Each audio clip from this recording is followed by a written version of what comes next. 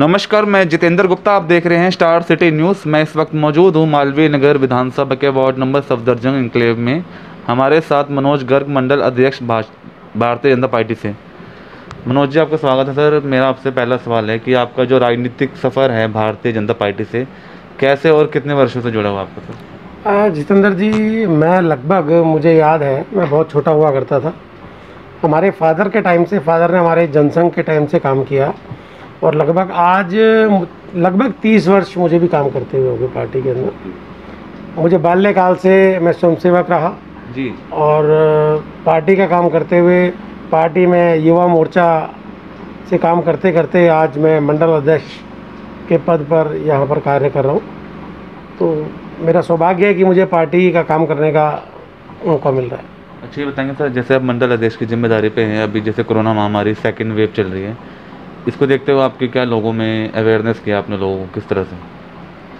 देखिए, जैसा कि हमारे राष्ट्रीय अध्यक्ष JP नड्डा जी और हमारे पार्टी के अध्यक्ष आदेश गुप्ता जी का आदेश रहा, 2 गज की दूरी और मास्क है ज़रूरी, जैसा कि मोदी जी का एक नारा था, उसको लेकर हम सब लोग आगे बढ़े। हाँ जी। लोगों में अवेयरनेस करने के लिए हमने मास्क वितरण, काढ़ा वितरण और जिन दवाइयों की आवश्यकता थी, जो गरीब लोग थे उनके बीच में उन दवाइयों को पहुंचाना। हमारे मंडल की एक विशेषता रही, 22 अप्रैल से हमने एक भोजन वितरण शुरू किया था। Okay sir. जिन कोरोना पेशेंट्स, जो कि गरीब नहीं थे पर कोरोना पेशेंट्स थे, भोजन उनके घर में नहीं बन सकता था, उन लोगों को हमने उनके घर पर भोजन पहुंचाया। लगभग 150 लोगों को सुबह, 150 लोगों को शाम को। आज 3 तारीख है, आज तक हमने लगभग 14,000 लोगों को भोजन उनके घरों पर दे चुके हैं। सर, ऑक्सीजन की भी कहीं ना कहीं आपकी हेल्प रही है सर? हाँ, मैं बताना चाहता हूँ, एक भोजन था, हमने सेवा के बहुत सारे कार्य किए, जिसमें एक पहला काम था भोजन का, जो आज भी जारी है। आज हम भोजन दे रहे हैं, प्रवासी मजदूरों को भी भोजन दे रहे हैं। अब कोरोना पेशेंट नहीं है तो प्रवासी मजदूर हैं, जिनको आवश्यकता है उनको भोजन दे रहे हैं। और एक राशन की हमने किट बनाई हुई है हमारे मंडल की ओर से। हमारे निगम पार्षद राधिका जी हैं, उनका भी सहयोग रहता है। हम सब ने मिलकर गरीब लोगों को, ऐसे लोग हैं जिनके पास आज व्यवसाय नहीं है, भोजन की कमी है, उनको राशन की किट हमने वितरित की है, भोजन वितरण किया है। साथ में जब एक ऐसा टाइम था कि ऑक्सीजन की बहुत किल्लत थी, मैंने स्वयं लोगों के घर जाकर ऑक्सीजन सिलेंडर प्रोवाइड कराए। लगभग 50 से 60 लोगों के हमने सिलेंडर प्रोवाइड कराए। किन किन क्षेत्रों में सर? ये दिल्ली से बाहर भी या दिल्ली? नहीं, दिल्ली से बाहर नहीं, ये सिर्फ हम अपने वार्ड की बात कर रहा हूँ। देखिए, दिल्ली में बहुत सारी संस्थाएं हैं। हमारी भारतीय जनता पार्टी के आदेश से दिल्ली में 272 मंडल है, जिसमें से कि मेरा भी एक मंडल है। और हर मंडल अध्यक्ष ने इस प्रकार से काम किए और पार्टी के आदेश से हम सभी लोगों ने मिलकर कार्य किया। तो क्षेत्रीय प्रतिनिधि हैं, यहाँ के विधायक, काउंसलर या यहाँ की जो बहन जी है मीनाक्षी लेखी जी, सांसद है, उनका कैसा रोल रहा सर? देखिए, मीनाक्षी लेखी जी, कोई ऐसा क्षेत्र नहीं था, कोई ऐसा मंडल नहीं था, अपने उनके नई दिल्ली लोकसभा क्षेत्र पड़ता है। मीनाक्षी जी हमारी सांसद हैं और मीनाक्षी जी ने शायद ही कोई ऐसा मंडल छोड़ा होगा जहाँ पर वो स्वयं उपस्थित नहीं हुई। उन्होंने हर जगह गई, अपने हाथ से राशन वितरण किया और जब उनको लगा कि यहाँ पर किसी और चीज़ की आवश्यकता है, उन्होंने लोगों से संपर्क करके उन चीज़ों की उपलब्धता भी कराई, ताकि इस पेंडेमिक के अंदर कंसंट्रेटर, जो लोगों की बहुत बड़ी परेशानी थी, हमारी मीनाक्षी लेखी जी ने बहुत से लोगों को कंसंट्रेटर भी अवेलेबल कराए। मीनाक्षी लेखी जी ने। बात रही विधायक की, विधायक हमारे आम आदमी पार्टी से सोमनाथ भारती जी हैं।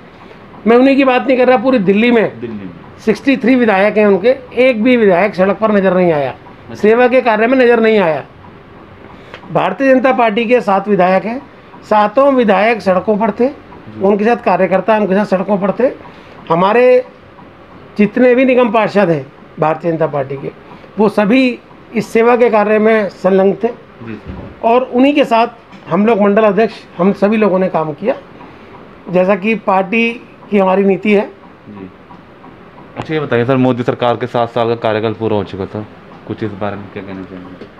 देखिए, मोदी सरकार का जो 7 साल का कार्यकाल है, जैसा कि मुझे कहने की आवश्यकता नहीं है, ये कहा जाता था कि बीजेपी वाले राम मंदिर का जो नाम इस्तेमाल करते हैं, राम मंदिर बनाने वाले नहीं है, उसका इस्तेमाल करते हैं। मोदी जी ने राम मंदिर बना कर दिया। बात होती थी धारा 370 की, कि बीजेपी वाले इसको इस्तेमाल करते हैं। उसी प्रधानमंत्री नरेंद्र मोदी ने धारा 370 को हटाया, धारा 30A को हटाया।